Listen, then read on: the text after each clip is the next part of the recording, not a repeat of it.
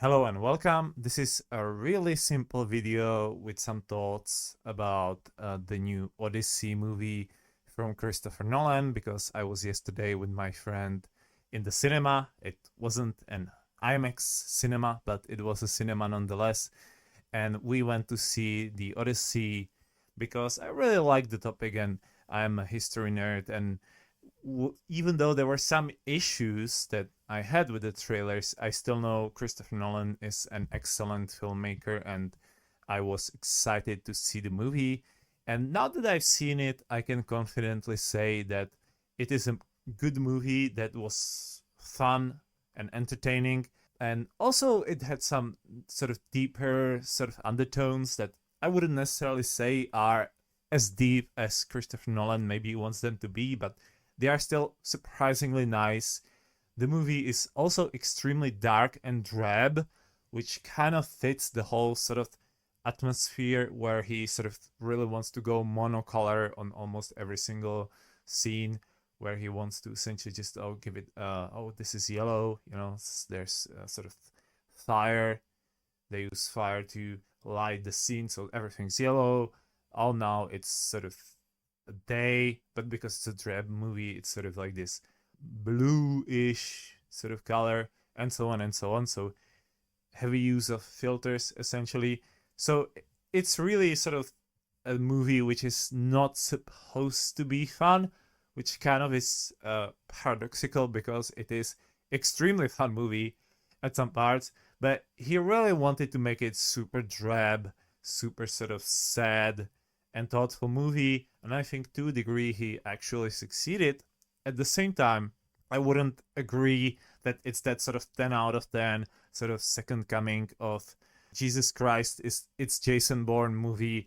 It's more of a really entertaining movie which shows that Christopher wasn't all that excited about doing some parts of Odyssey and he was really excited some other parts of the Odyssey. So let's talk the movie. First and foremost, I want to say that there are some bits that just didn't vibe with me particularly well, and I want to highlight them. So this first part may sound a little bit critical, but I really want to go out of my way to get these sad and disappointing things out of the way. There are three things actually that I'm kind of disappointed in, and then I will talk about the good stuff. So the first thing, obviously, a lot of people pointed it out, and unfortunately, it's a bit disappointing, especially because I'm not exactly sort of Homer's sort of archaeologist kind of guy, but I do know some stuff. And unfortunately, the costumes are just really disappointing. I kind of hope that Christopher would sort of swallow his pride and actually kind of go out of his way to make them a bit more historical, especially because he even uses at one point a phrase, "This is truly the end of the Bronze Age," which is really hilarious because, first and foremost, they didn't call it like that. Like, we don't call today's age Silicon Age, right? And I doubt that people were calling when it became Iron Age, or whatever, Steel Age. They didn't go and call it like that.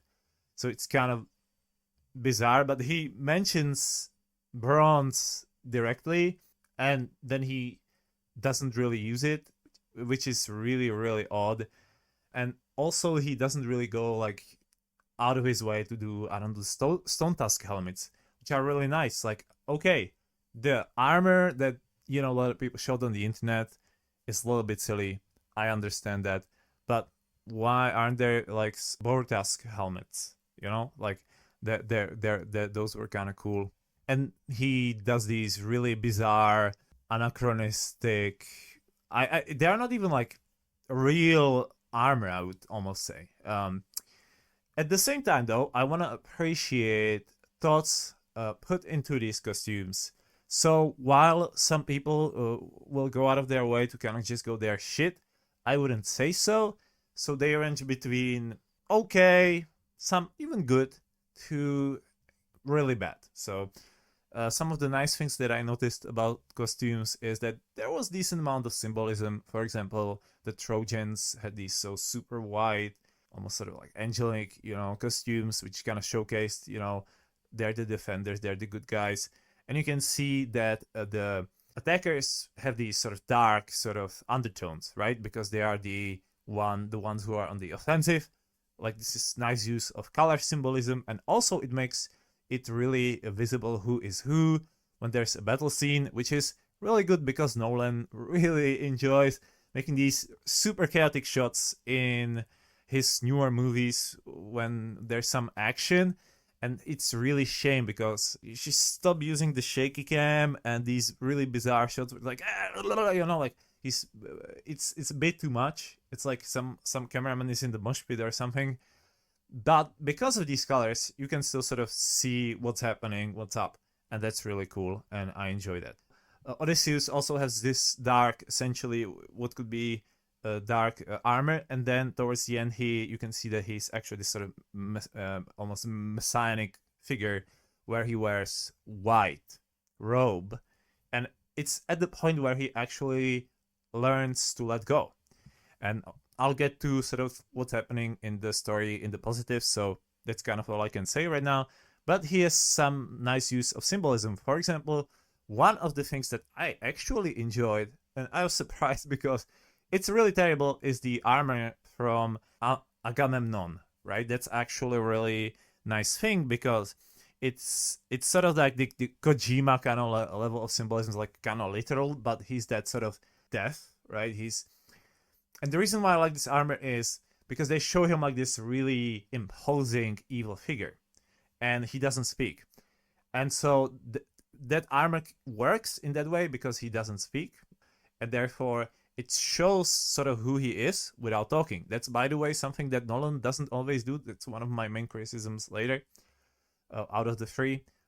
And it's really, really good in that way because also Nolan then shows the actor not directly to the face, but then he shows him without the armor, in a vulnerable position. And the moment he gets out of the armor, you can see he's very young, presumably very handsome man. And the moment he essentially slips out of that battle armor, out of that sort of lust for war, he dies, he gets murdered, which is, again, I think awesome use of symbolism and storytelling. So that's why I really enjoyed the armor of Agamemnon. It's really, really awesome. So some bits are okay, but some of the things are just, oh god, like, they are just painful. Like, some of the costumes are just painful. I think people talked about this endlessly, so let's move on. Second thing that truly annoys me is that the dialogues are sometimes like, I don't even know how it got into the film. That it's Nolan telling, not showing. It's like literally the worst kind of telling. It's like it's like if the rules to make good films was tell, don't show, and then you would try to tell and you would sort of do this sort of the most basic pitch description. Some of these dialogues are like that, and they're really like obnoxious because sometimes the characters describe literally the thing that you just saw happen. You already saw it. You don't need any kind of explanation, and they just go like, oh, so this just happened. And it's not, oh, this just happened. It's like they literally describe the scene in 2 sentences, like as if you were sort of watching it on the second monitor and you need, I missed it, what happened. And it's just bizarre. Also, some of the introductions is literally, they're talking like, okay, you need to go to Menelaus, king of Sparta, and then Spider-Man gets to Menelaus, king of Sparta, and Punisher essentially tells him, oh, I am Menelaus, king of Sparta, and this is literally the doubt. This is my wife.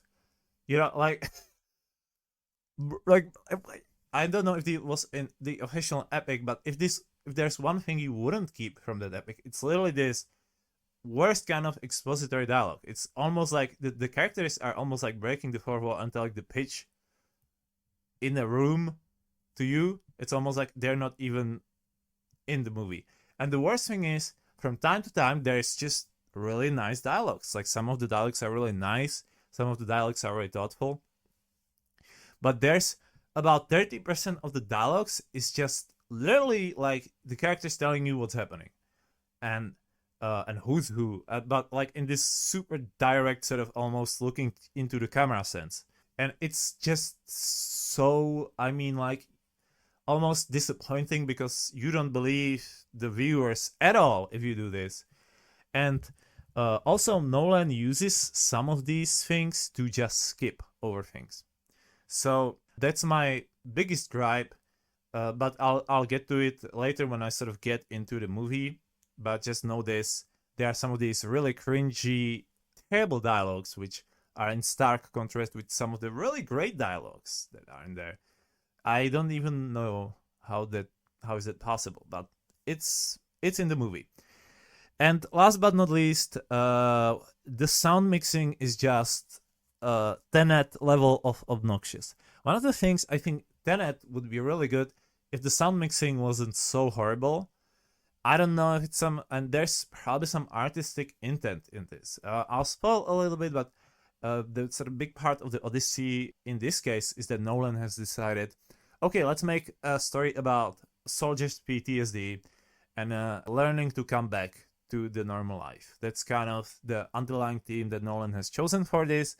It's very, I would say, modern implementation of the epic, because the epic in itself is more like, oh, the wacky, tobacco adventures of Odysseus, and because it's ancient Greece, slavery is normal, raiding is normal, piracy is normal, all those things are normal.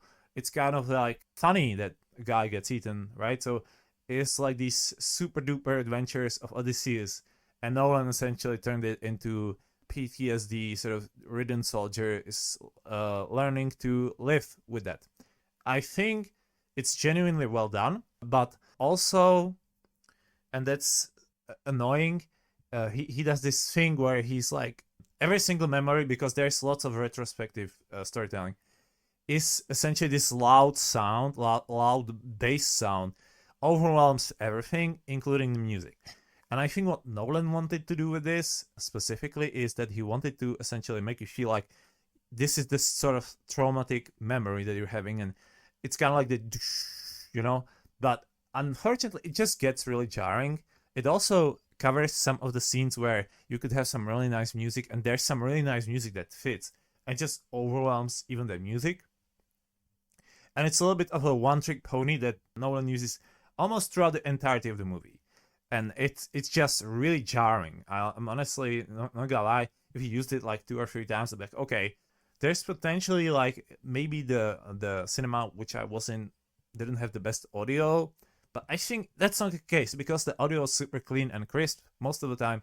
But there was these really annoying scenes where just attacking my earrings, ear holes, sorry. And I don't have earrings, but maybe I could get one.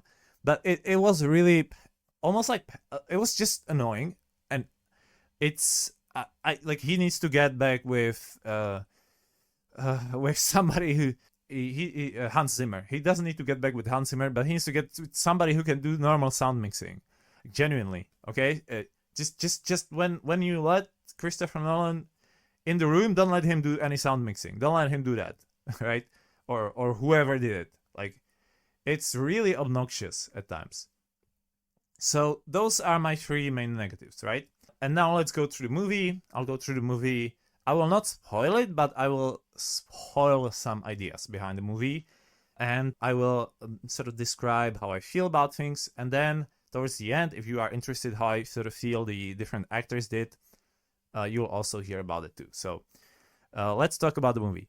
So first part of the movie is a little bit introductory, kind of introduces this sort of idea.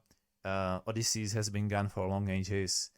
What happened? How did it even happen? How come there are suitors at his house? Essentially, sort of what trailer did, but a little bit more. It also creates sort of this story, which has a little nice side story with Ellen Page. I think he did a wonderful job, actually. He's top 3 actor here, and he has super minuscule role in this, which is again sort of showcase that the casting was actually fairly decent, I would say, in this movie. I wouldn't say it's perfect. You'll hear about it later, but it essentially sets up the story of Elliot Page's character, and it also sets up the sort of the whole sort of story of what's happening on Ithaca, and that's also clearly the story that Nolan wanted to tell. But in order to sort of satisfy the idea, this is the Odyssey, this is what happened in Odyssey, what he does, and this is the unfortunate bit about all this, is he does like, okay, I'll do the retelling of the Odyssey, blah, blah, blah. So what he does is he essentially just recounts stuff that happened. And unfortunately, it's done in this really horrible way where instead of having this sort of series of events that happen to Odysseus, he retells them because it essentially is like a flashback. So Odysseus is essentially at that stage where he's losing his memory because he's eating lotus. And there's this lady with him, and she's literally, I don't even know the name of the actress, but honestly, it's irrelevant because she's just there to ask him questions so he can answer them, and no one can start these flashback scenes.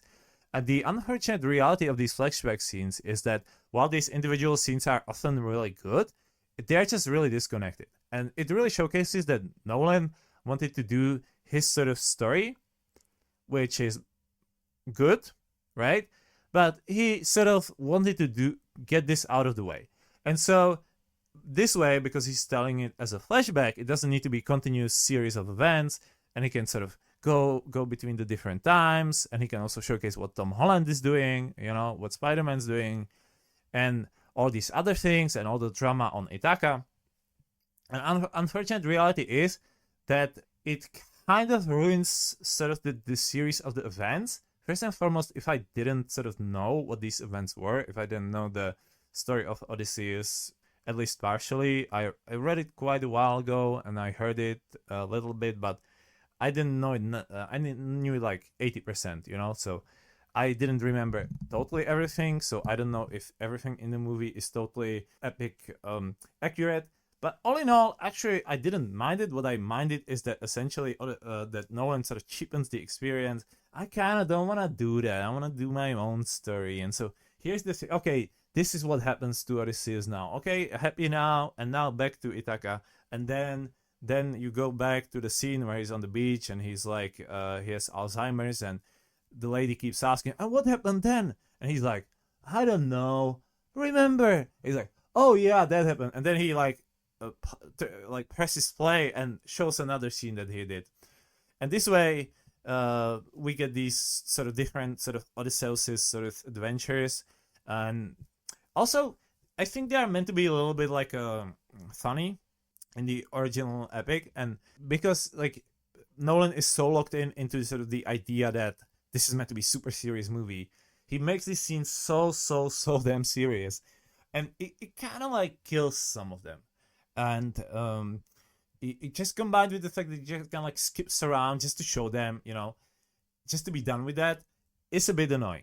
And first half of the movie is essentially him sort of setting up his own story that he wants to tell. And then he also showcases these sort of events that happened to Odysseus. And these events are, I would say, rather well filmed, but also they are kind of almost irrelevant, because the whole story is about something different. Also, and this is the biggest complaint about this bit, is that literally his entire crew, if you sort of saw Troy, for example, you could see like how these soldiers know one another. They're like truly sort of brothers in arms. And it was swords and sandals, so it was a little bit more like, yeah, hooray. But you could sort of believe, oh, these guys are actually soldiers that went to war, they know one another. Here, Christopher Nolan literally took Matt Damon, then there's his first officer, and then there's like literally 20 extras on the ship. And those extras are all the time, and it's so obvious they are extras. I don't understand.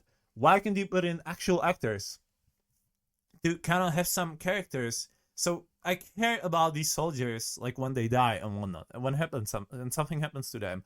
So these extras are doing extra acting for some reason, and it's almost like kind of like so the movie is extremely drab, but I just laughed my ass off. Like I didn't like make this laugh in the cinema like out loud, but I was like, oh my god, I can't believe it. like I laughed for myself because these extras did the extra acting in all those adventures, and they just kind of like Nolan just kind of kills them off, and I'm like, yeah, you know, yeah, sure, yeah, go ahead, kill them, like, they, it's a bit weird, and it's also a bit disappointing. Honestly, I kind of enjoyed it, but like in this sort of more like, oh my god, what is Nolan doing? Like, what are you doing, bro? You can do better than that, right? So uh, at the time, I was sort of primed to sort of think, okay, it's not going to be that good, you know. But then the second half of the movie happened, and then essentially Nolan kind of played his cards and showcased what he really wanted to do. And what he really wanted to do is combination of a movie about a PTSD-ridden soldier who's trying to come back to reality from the war, in combination with Quentin Tarantino style revenge movie. And honestly, like, he didn't nail it fully, but he did get pretty close. And the second half, the moment Matt Damon makes it back, he gets into his sort of like, he like, first part of the movie is him wondering what the fuck's happening. He makes some questionable decisions. It's a bit weird because Odyssey is meant to be super smart. He acts like a dumbass. But then in the second half, it kicks in. It showcases that Nolan was into the idea. Okay, this is the thing that I want to do. He does such a good, fantastic job. Essentially, the movie that Nolan wanted to do starts with the underworld scene, which is absolutely phenomenal, and also sold me on the armor and on Elliot Page. Elliot Page also just did, like, it's such a nice scene. It's a really wonderful scene. The underworld scene is fantastic. And from then, essentially, that revenge movie starts. Some things are also explained to you. It also in such a way where they're not exactly like mansplained to you. Like, he just does so much mansplaining in the movie, which is like bad. I already said that. But then like the actual movie starts, and it's really good. Matt Damon kicks in so well, and also most of the characters that were there for plot exposure are just kind of thrown away, and the real good shit starts, and it's fantastic from there. It's a great ride. Kind of Nolan gets into his sort of good action movie vibes, but it's still really sad. It's a sort of it still has that drab sort of feeling to it, but he truly gets good. There are from time to time some cringy lines, some exposure that's weird, but it genuinely becomes enjoyable movie. And I had so much fun watching essentially Jason Bourne come back to essentially plot a revenge against the suitors who are essentially occupying his house and trying to sort of plot again to kill his son and all those things. And also, and this is really wonderful thing, there's that story of sort of him as a war veteran sort of coming sort of to the realization that even though he's essentially a leader, right? And he's essentially this sort of guy who is leading his men, he can't just make sure everybody gets back home, right?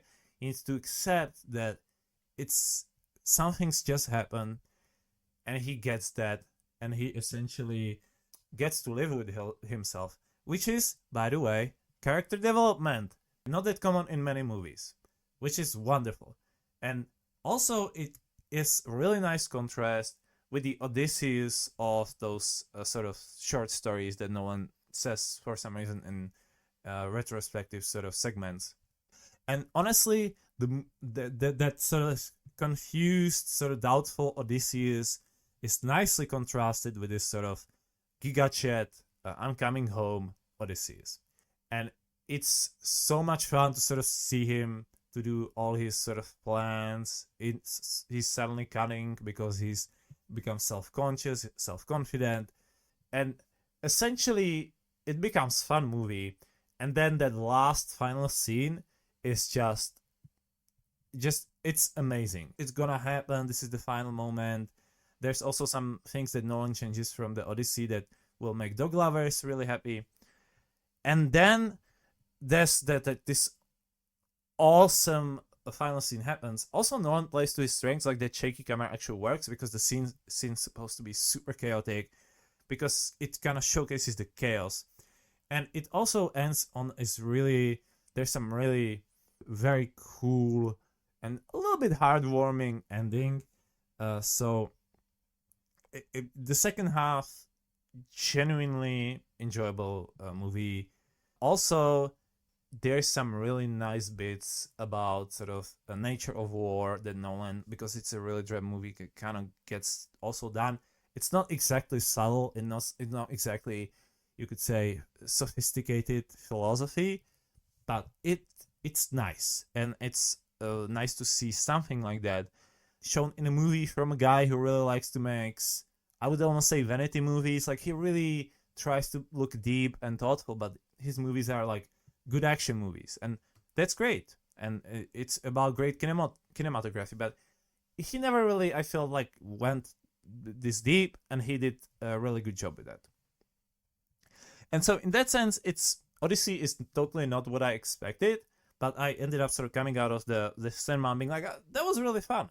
I really enjoyed the movie. In fact, if he if he fixed the sound mixing, I would just go and watch it again to kind of look for a little bit more for the hidden symbolisms, and kind of reveal sort of the idea what he wants to do with the movie in the second half, and that makes it so much more fun, and it generally becomes nice, right? And it comes to a nice conclusion. It has this also really, I would say, fitting atmosphere of like dread of incoming sort of things that are bad, and essentially Odyssey kind of overcomes that and makes the world a little bit better place, even though it's still kind of shit. And I think that's kind of nice messaging, so genuinely enjoyable. To kind of add last remarks, I like the sort of idea when there are sea people. So if you know about Bronze Age collapse, sea people essentially are one of the sort of things that is being talked about, like, oh yeah, sea people started raiding and attacking, and they kind of caused it, but what is believed right now is there was massive famine, and the sailors from Greece and all the Mediterranean essentially, decide to raid their way through Mediterranean to find some food, and that ended up sort of collapsing many advanced Bronze Age civilizations and weakening others. And essentially, Nolan sort of makes this sort of a little bit maybe ahistorical, but kind of cool idea, where essentially like the Troy War sort of causes like a domino effect, where it damages the trade, that causes the hunger, and then the soldiers are essentially starting to raid, and as they're raiding, they're destroying the infrastructure, and then causes more of them to do the same. And I think it's kind of like a cool implementation. It's somewhat faithful to the idea of how the sea people came to be, so I think that was really kind of cool. A little nod, if nothing else, historical is in there, that's positive. A little negative, since we are there, the cubic architecture. Why would you put in cubic architecture out of all the things? Like, we have really good, perfect almost showcase of how the pillars looked back then, and they were nothing but cubic, and they were really colorful, and these are white concrete cubic. I know it's a little complaint, I know it's like irrelevant, but it annoyed the hell out of me. Anyway, let's talk about the actors to wrap it up. So first and foremost, I'll start from best. Sometimes I don't know the name of the actors, but you will know who I'm talking about. So my favorite performance is Robert Pattinson. Oh my god, he's just such a good villain. I love it. And he's so sneaky, because no one does this thing, I don't want to spoil, but where he essentially twists the truth to kind of make, like, he almost makes himself look reasonable. So it's genuinely nice villain. A wonderful sort of work of him throughout the entirety of the movie, of him playing this character of this kind of sneaky bastard. He's wonderful. Robert Pattinson, fantastic job. My favorite performance, and well cast too. My second favorite performance is obviously Matt Damon. It just works. I didn't see him working, unless it didn't work for me in the first half, but now that I see sort of what Nolan wanted to do with the movie, it made sense at the end of the day, and it was just genuinely awesome to watch him in the second half of the movie. Wonderful, wonderful job.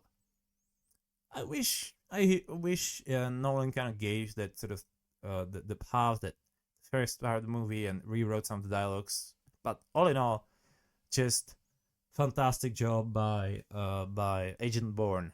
Wonderful. So extremely enjoyable performance. Number 3 performance also is Elliot Page. He has so small a role. He's maybe there for about maybe 2 minutes of footage or 3 minutes of footage, and he does so much with the time. And it's so much. It works so well. Like a lot of people were like, "Oh my god, this guy's Achilles." And not only he didn't play Achilles, but he played a guy who would totally make sense to be this smaller, scrawny guy. So, also extremely well cast by Christopher Nolan. So Elliot Page, fantastic. So these were my top 3 favorite performances. And now I'll just go through all the other actors and say how it is. Let's start with Tom Holland and Zendaya. I just think Tom Holland. So this movie is really drab movie, and he is just like that happy Spider-Man energy. Even when he's doing his best. Like only worse role for that than Tom Holland would be Michael Cera first. Like I couldn't think of anybody worse. It just like, but he goes out of his way. It kind of works. It kind of makes sense for him to be sort of the visually who he's playing, but it's just he doesn't have that energy that kind of works with the movie. Is what I'm trying to say. Zendaya, on the other hand, has a really nice twist to it. She's playing Athena, and that's another of these sort of little things that Nolan kind of puts in, like these breadcrumbs, and then he kind of nails it at the end. And so Zendaya is actually really cool. She's playing like this really simple role, so she's doing whatever she can with the material, and it's a really simple small role, and it's nicely executed. So Zendaya, thumbs up. It's really nice. Odyssey is his wife. She did a good job. You can see those sort of Botox fillings being a little bit annoying when she's trying to do the emotions. She's these like weird grimaces. But also it kind of works because she's sort of in this sort of endless sort of pressure from all the suitors and from what's happening, and she's scared about her son, and the promises that Odyssey's made her do also kind of annoy her.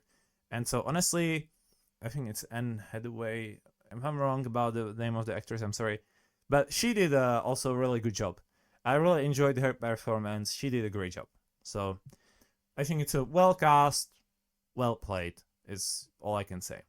Then we have some of the nice side characters. They are in the like the storyline in the Ithaca Castle is a little bit more elaborate. It seems like, yeah, this is what Nolan wanted to do. So the blind, the pigsty man, that's how I'm gonna call it. Really nice performance. Well done. Really enjoyed it. I really liked all the sort of treacherous guys in the whole thing. When it comes to Travis Scott, I think he didn't really have any role of any significance to say anything about it. Like he's just there like for 30 seconds or whatever.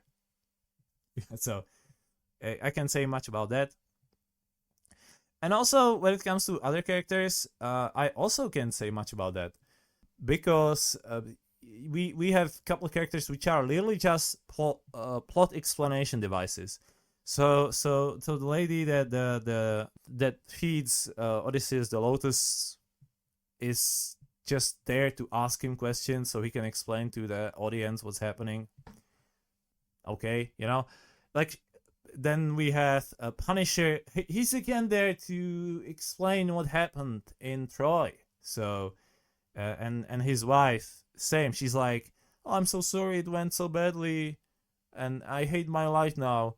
And that's literally her entire role. So I honestly can't judge these performances because there's really not much to judge to begin with. So It's just literally like them telling some exposure to the viewers, which I am not. I really don't know how to say it. It's just they did their best with the roles that they've got, and that's all I can say about this. Now, for the rating, I would say it's it's good. I wouldn't say it's a masterpiece. I would say there was a lot to dislike, and a lot of it I think comes to Christopher Nolan's sort of pride. But at the same time, because Christopher Nolan is so proud about what he does, and so cocky and so a little bit like bullheaded, it also has its own sort of flavor that it wouldn't have otherwise. So that's how I'll close it. I think the movie is a Christopher Nolan movie, and that's about positive and negative. And that's all I have to say. If you stuck out with me just talking, thank you and have a nice day.